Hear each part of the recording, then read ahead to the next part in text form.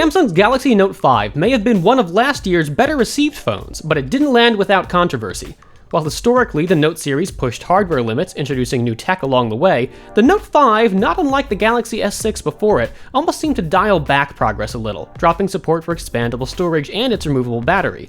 We've already seen how the Galaxy S7 has learned from some of those mistakes, and now it's time for Samsung to show us what its latest phablet can do. The good news is that Samsung's taking a lot of what worked really well for phones like the Galaxy S7 and bringing that to the Galaxy Note 7. And no, that number is not a mistake. Samsung's skipping the Galaxy Note 6 in order to emphasize how this phone and the Galaxy S7 are two peas from the same pod. Beyond giving us more of what's proved successful, Samsung still sees fit to use the Note 7 to showcase some new features. The phone's design looks like a cross between the Note 5 and the Galaxy S7 Edge or S6 Edge Plus, featuring that dual curved edge display. Sorry flat screen fans, there's no traditional Note this year, it's edge screen or nothing.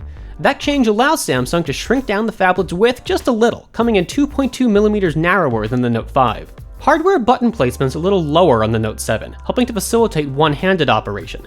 That effort continues into the phone's software, and Samsung's one-hand-friendly Edge UX makes its first appearance on a Note model this year. The Galaxy Note 7 also marks Samsung's long-overdue move to USB Type-C, dropping micro USB in favor of the new reversible connector.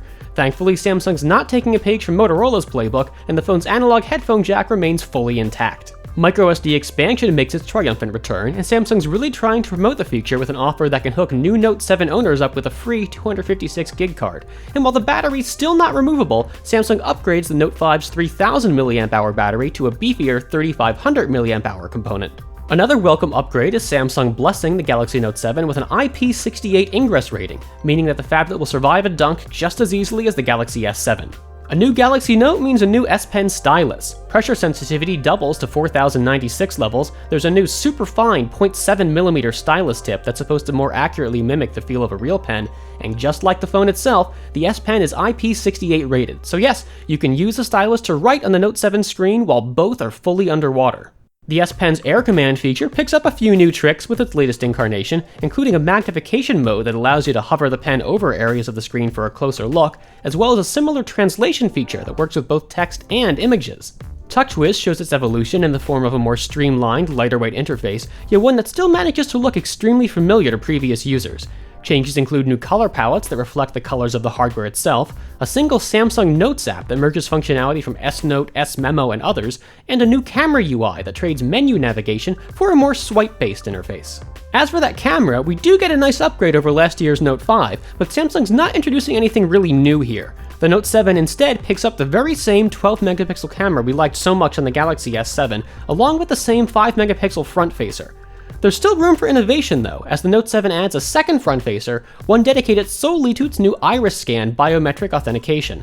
A quick glance is all it takes to unlock the phone, and an infrared illuminator lets the feature work even in the dark. While the Galaxy Note 7 feels a lot like a very close cousin to the Note 5, it's impossible to deny how big a change this new phablet represents.